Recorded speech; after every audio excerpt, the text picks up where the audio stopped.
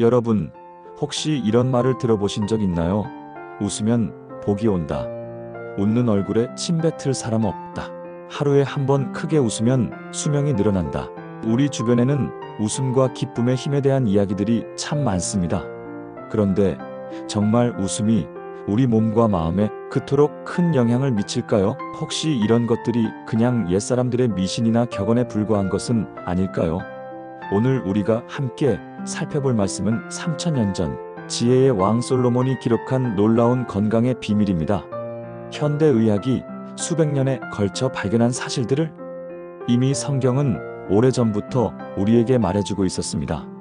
마음의 상태가 몸의 건강에 미치는 영향, 감정이 면역력에 주는 변화, 기쁨이 가져다주는 치유의 능력에 대한 놀라운 진실을 오늘 함께 발견해 보시기 바랍니다. 잠언 17장 22절 함께 읽어보겠습니다. 마음의 즐거움은 양약이라 심령의 근심은 뼈를 마르게 하느니라. 이 한 절 안에 담긴 하나님의 지혜가 얼마나 깊고 실제적인지, 그리고 우리 삶에 어떤 혁명적인 변화를 가져다 줄 수 있는지 함께 탐구해 보겠습니다. 이 말씀을 좀 더 자세히 살펴보겠습니다. 먼저 마음의 즐거움이라는 표현을 보겠습니다. 여기서 마음은 히브리어로 레브인데 단순히 감정만을 의미하는 것이 아닙니다. 우리의 내면 전체, 즉 생각과 감정과 의지가 모두 포함된 개념입니다. 즐거움은 히브리어로 사메아흐인데 이는 기쁨, 즐거움, 행복한 상태를 의미합니다. 단순히 웃는 것을 넘어서 내면 깊은 곳에서 우러나오는 진정한 기쁨을 말합니다. 양약이라는 표현도 흥미롭습니다. 히브리어로 게하인데 이는 치료, 치유, 건강을 의미합니다. 솔로몬은 마음의 즐거움을 약에 비유했습니다. 그것도 그냥 약이 아니라 좋은 약, 효과가 뛰어난 약이라고 했습니다. 반대로 심령의 근심은 뼈를 마르게 한다고 했습니다.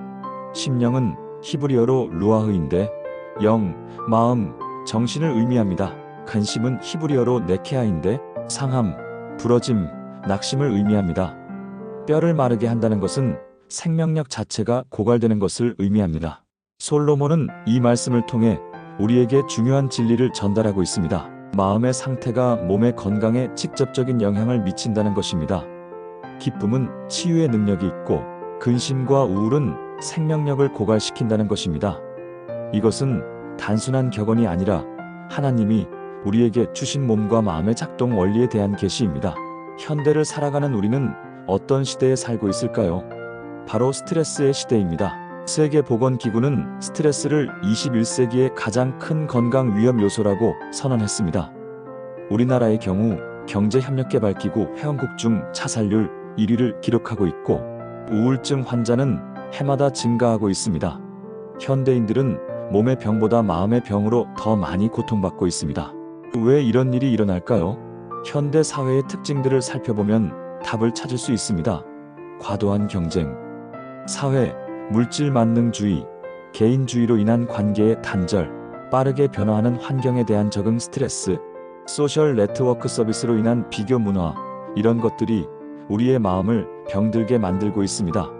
하지만 여기서 놀라운 사실이 있습니다. 이런 마음의 문제들이 단순히 정신적인 영역에만 머물지 않는다는 것입니다. 실제로 우리 몸의 건강에 직접적인 영향을 미칩니다. 잠언 17장 22절이 3000년 전에 이미 말해준 바로 그 진리입니다. 그렇다면 마음의 즐거움이 어떻게 양약이 되는지 구체적으로 살펴보겠습니다. 우선 기쁨과 웃음이 우리 몸에 미치는 과학적 효과들을 알아보겠습니다. 웃을 때 우리 뇌에서는 엔돌핀이 분비됩니다. 엔돌핀은 자연적인 진통제 역할을 하며 모르핀보다 200배 강한 진통 효과가 있습니다. 또한 세로토닌과 도파민도 함께 분비되어 우리에게 행복감과 만족감을 줍니다. 웃음은 우리의 면역 시스템도 강화시킵니다. 연구에 따르면 하루에 15분 정도 웃으면 면역세포인 T세포와 NK세포의 활동이 크게 증가한다고 합니다. 이 세포들은 바이러스나 암세포를 공격하는 역할을 합니다. 그래서 기쁨이 많은 사람들이 감기에도 잘 걸리지 않고 각종 질병에 대한 저항력이 강한 것입니다. 웃음은 또한 우리의 심혈관 건강에도 큰 도움이 됩니다. 웃을 때 혈관이 확장되어 혈액순환이 개선되고 혈압이 낮아집니다. 한번 크게 웃는 것은 15분간 자전거를 타는 것과 같은 운동 효과가 있다고 합니다. 또한 웃음은 스트레스 호르몬인 코르티솔의 분비를 억제합니다. 코르티솔이 많이 분비되면 면역력이 떨어지고 혈압이 오르며 소화 기능이 저하됩니다. 반대로 근심과 우울이 우리 몸에 미치는 부정적 영향도 살펴보겠습니다. 만성적인 스트레스와 우울감은 우리 몸의 염증 수치를 높입니다. 염증은 모든 질병의 근원이라고 할 수 있습니다. 심장병, 당뇨병, 암, 치매 등 대부분의 만성 질환들이 염증과 관련되어 있습니다. 우울한 상태가 지속되면 우리 뇌의 구조까지 변화시킵니다. 기억을 담당하는 해마가 위축되고 감정을 조절하는 전두엽의 기능이 저하됩니다. 이로 인해 집중력이 떨어지고 기억력이 나빠지며 감정 조절이 어려워집니다. 솔로몬이 심령의 근심이 뼈를 마르게 한다고 한 표현이 얼마나 정확한지 알 수 있습니다. 그렇다면 성경에서 말하는 진정한 기쁨은 무엇일까요? 세상에서 말하는 즐거움과 성경에서 말하는 기쁨은 차이가 있습니다. 세상의 즐거움은 외부 조건에 의존합니다. 좋은 일이 생기면 기쁘고 나쁜 일이 생기면 슬픕니다. 하지만 성경에서 말하는 기쁨은 환경과 상관없이 우리 내면에서 나오는 것입니다. 갈라디아서 5장 22절에서 기쁨은 성령의 열매라고 했습니다. 이는 하나님과의 관계에서 나오는 기쁨입니다. 죄 사함을 받았다는 기쁨, 하나님의 자녀가 되었다는 기쁨, 영원한 생명을 얻었다는 기쁨입니다. 이런 기쁨은 환경이 어려워도 사라지지 않습니다. 느헤미야 8장 10절에서는 여호와로 인하여 기뻐하는 것이 너희의 힘이라고 했습니다. 하나님으로 인한 기쁨이 우리에게 힘을 준다는 것입니다. 이 힘은 단순히 정신적인 힘만이 아닙니다. 실제로 우리 몸과 마음을 건강하게 만드는 치유의 힘입니다. 시편 16편 11절에서 다윗은 주의 앞에 충만한 기쁨이 있고 주의 오른쪽에 영원한 즐거움이 있다고 고백했습니다. 하나님과 함께할 때 진정한 기쁨을 누릴 수 있다는 것입니다. 이런 기쁨이 바로 잠언 17장 22절에서 말하는 양약과 같은 기쁨입니다. 그렇다면 우리는 어떻게 이런 기쁨을 우리 삶에 가져올 수 있을까요? 첫째, 감사의 습관을 기르는 것입니다. 감사는 우리의 시각을 바꿉니다. 부족한 것에서 있는 것으로, 문제에서 은혜로 초점을 옮깁니다. 데살로니가전서 5장 18절에서는 범사에 감사하라고 했습니다. 좋은 일에만 감사하는 것이 아니라 모든 일에 감사할 때 기쁨이 생겨납니다. 둘째, 말씀을 통해 기쁨을 회복하는 것입니다. 시편 119편 111절에서는 주의 증거로 내가 영원히 기업을 삼았사오니 이는 내 마음의 즐거움이 됨이니이다라고 했습니다. 하나님의 말씀이 우리 마음에 기쁨을 가져다 준다는 것입니다. 매일 말씀을 읽고 묵상할 때 우리 마음에 하늘의 기쁨이 충만해집니다. 셋째, 기도를 통해 기쁨을 누리는 것입니다. 요한복음 16장 24절에서 예수님은 구하라 그리하면 받으리니 너희 기쁨이 충만하리라고 하셨습니다. 기도는 우리와 하나님을 연결하는 통로입니다. 기도할 때 하나님의 평안과 기쁨이 우리 마음에 임합니다. 넷째, 찬양을 통해 기쁨을 표현하는 것입니다. 시편 100편 2절에서는 기쁨으로 여호와를 섬기며 노래하면서 그의 앞에 나아갈지어다라고 했습니다. 찬양은 우리의 마음을 하나님께 향하게 하고 기쁨을 불러일으킵니다. 어려운 상황에서도 찬양할 때 기쁨이 회복됩니다. 다섯째, 사랑의 관계를 통해 기쁨을 나누는 것입니다.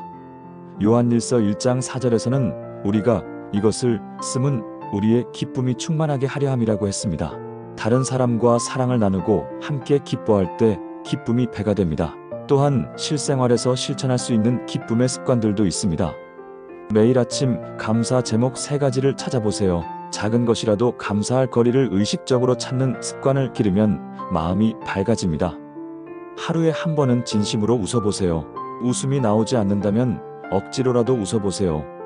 뇌는 진짜 웃음과 가짜 웃음을 구별하지 못하기 때문에 억지로 웃어도 같은 효과가 있습니다. 좋은 사람들과 시간을 보내세요. 긍정적인 사람들과 함께 있으면 그들의 에너지가 전달됩니다. 반대로 부정적인 사람들과 오래 있으면 우리도 부정적이 됩니다. 자연을 접하세요. 햇볕을 쬐고 꽃을 보고 바람을 느끼는 것만으로도 우리 마음에 기쁨이 생겨납니다. 운동을 하세요. 적당한 운동은 엔돌핀 분비를 촉진시켜 자연스럽게 기분을 좋게 만듭니다. 성경 인물들 중에서도 기쁨의 능력을 경험한 이들이 많습니다. 다윗은 사울에게 쫓기는 어려운 상황에서도 시편을 통해 하나님께 찬양했습니다. 그 결과 마음의 평안과 기쁨을 되찾을 수 있었습니다. 바울과 실라는 감옥에 갇혀 있으면서도 찬송했습니다. 그들의 기쁨이 얼마나 컸는지. 지진이 일어나고 감옥 문이 열렸습니다. 느헤미야는 백성들이 율법을 듣고 울 때 오히려 기뻐하라고 했습니다. 여호와로 인하여 기뻐하는 것이 힘이라고 선포했습니다. 한편으로는 기쁨을 방해하는 요소들도 있다는 것을 알아야 합니다. 죄는 우리 마음에서 기쁨을 앗아갑니다. 양심의 가책과 죄책감은 우리를 우울하게 만듭니다. 그래서 죄를 짓지 않는 것이 중요하고, 죄를 지었다면 즉시 회개해야 합니다. 용서하지 않는 마음도 기쁨을 앗아갑니다. 원망과 분노는 우리 마음을 어둡게 만듭니다. 다른 사람을 용서할 때 우리 자신이 자유로워지고 기쁨을 되찾을 수 있습니다. 걱정과 염려도 기쁨의 적입니다. 미래에 대한 불안과 과거에 대한 후회는 현재의 기쁨을 빼앗아갑니다. 빌립보서 4장 6절에서 아무것도 염려하지 말고 기도로 하나님께 맡기라고 했습니다. 마지막으로 기쁨의 궁극적인 목적에 대해 생각해 보겠습니다. 기쁨은 단순히 우리 자신의 건강과 행복을 위한 것만이 아닙니다. 우리가 기뻐할 때 하나님께 영광이 됩니다. 또한 우리의 기쁨이 다른 사람들에게도 전달되어 그들도 기쁨을 누릴 수 있게 됩니다. 요한복음 15장 11절에서 예수님은 내가 이것을 너희에게 이름은 내 기쁨이 너희 안에 있어 너희 기쁨을 충만하게 하려 함이라고 하셨습니다. 예수님의 기쁨이 우리 안에 있을 때 우리의 기쁨이 충만해집니다. 오늘 우리는 잠언 17장 22절을 통해 마음의 즐거움이 얼마나 놀라운 양약인지 살펴보았습니다. 기쁨은 단순히 기분 좋은 감정이 아니라 우리의 몸과 마음을 치유하는 하나님의 선물입니다. 반대로 근심과 우울은 우리의 생명력을 고갈시키는 독과 같습니다. 그러므로 우리는 의식적으로 기쁨을 선택하고 기쁨의 습관을 기르며 기쁨을 나누어야 합니다. 여러분의 마음에 오늘부터 하나님의 기쁨이 충만하기를 축복합니다. 그리하여 여러분의 영과 혼과 몸이 모두 건강하고 여러분을 통해 많은 사람들이 기쁨을 경험하게 되기를 기도합니다. 마음의 즐거움이라는 최고의 양약으로 건강하고 행복한 삶을 누리시기 바랍니다. 하나님의 은혜와 평강이 여러분과 함께 하시기를 축복합니다.